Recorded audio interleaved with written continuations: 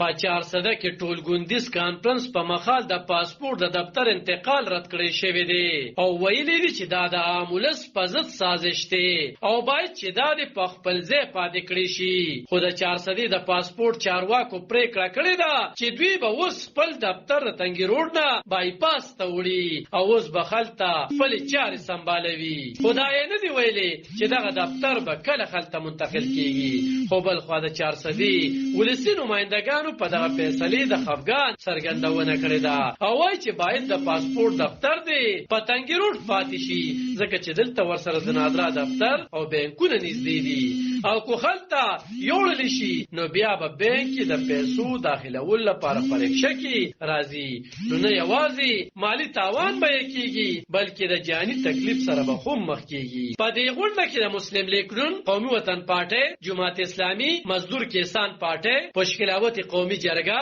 او د جمعیت علماء اسلام مشرانو ګډون کړي وو. ولې عوامي نېشنل پارټي، تحریک انصاف او پیپل پارټي دغه غونډه ضروري نه ده ګڼلې. دغه اي پي سي تحریک لبیک 400 را بللې و چې د هغې مشر حسیب قربان او د مسلم لیگ نون مشر میا خمانشاه صدارن خبرې کړې. شکر الحمدلله دا پاسپورت دفتر موږ راوړی او موږ دا د عوامو د مفاد لپاره راوړی او کلم چې د عوامو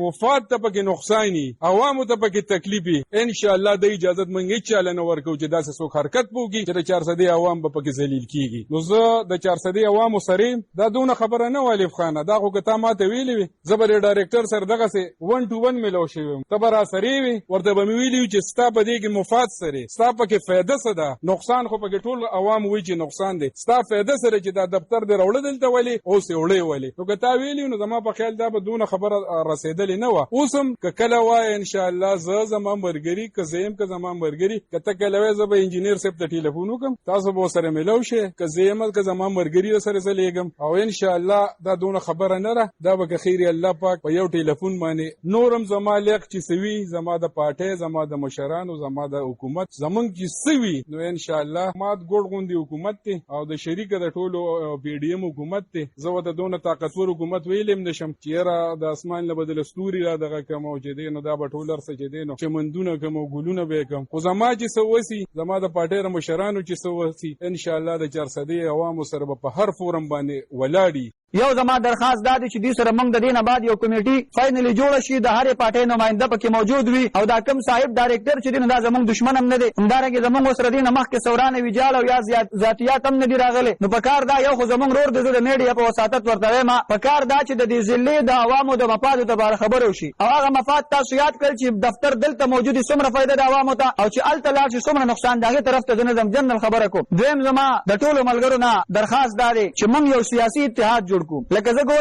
زمون تقریبا په صوبه خیبر پختونخوا کې زما د علم مطابق لنډی کوتل ضلع چې کمدنو اگر چې سیاسي خلک پکې ډېر لوی موجود دي خو هغه ډېره زیاته پسپا ده هغه وجه دار چې څه وخت پکې انقلاب وغیره تیر شول مشران ته پته لګي خو د هغه خلکو نه ما یو چل زده کړی دی هغه دا دی چې هغه یو سیاسي اتحاد جوړ کړی دی نو دا تقریبا سمیاش مخکې یو مسله رااله هغه کې هغه په مکمله توګه باندې ټول راټول شو نوم یې دی لنډی کوتل مسائل کمیټي چې کله هغه ټول راټول شول نو تاسو په خدای باور کې دوه کسانو ته انتظامی صرف لاس چولو لاسم نه دمکی ورکړی و چې سم شي او د دې خلاف مرو چوتیږي ورنه داسې کار کو نو یو خو چې دا مشترکه کار دی کیسه الله پاک برکت چولوي بل د دین هغه بوز او حسد او ټول ملګری په یو پلیټ فارم باندې ودرېږي هغه کار طرف ته توجه وي او چې کله موږ ټول پټه ودرېږو نو بیا به انتظامیه یا سرکار یا زموږ چې چانه هم مطالبه وي د عوامو د ریلیف د پاره هغه کمري او کوچی د پښتنو خبره هغه کار به زموږ کوي. د پاسپورت عمله وای چې دوی دغه پریکړه نشي کولای چې د یو ځای بل ځای ته دفتر انتقال ودروي یا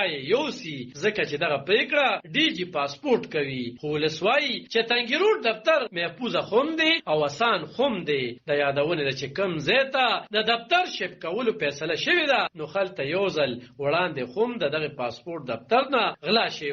او لسته پر رسیدو کې خوم تکلیفونه موجودو. علب خان شیرپو دلبر نیوز 400 په 400 کې ټولګون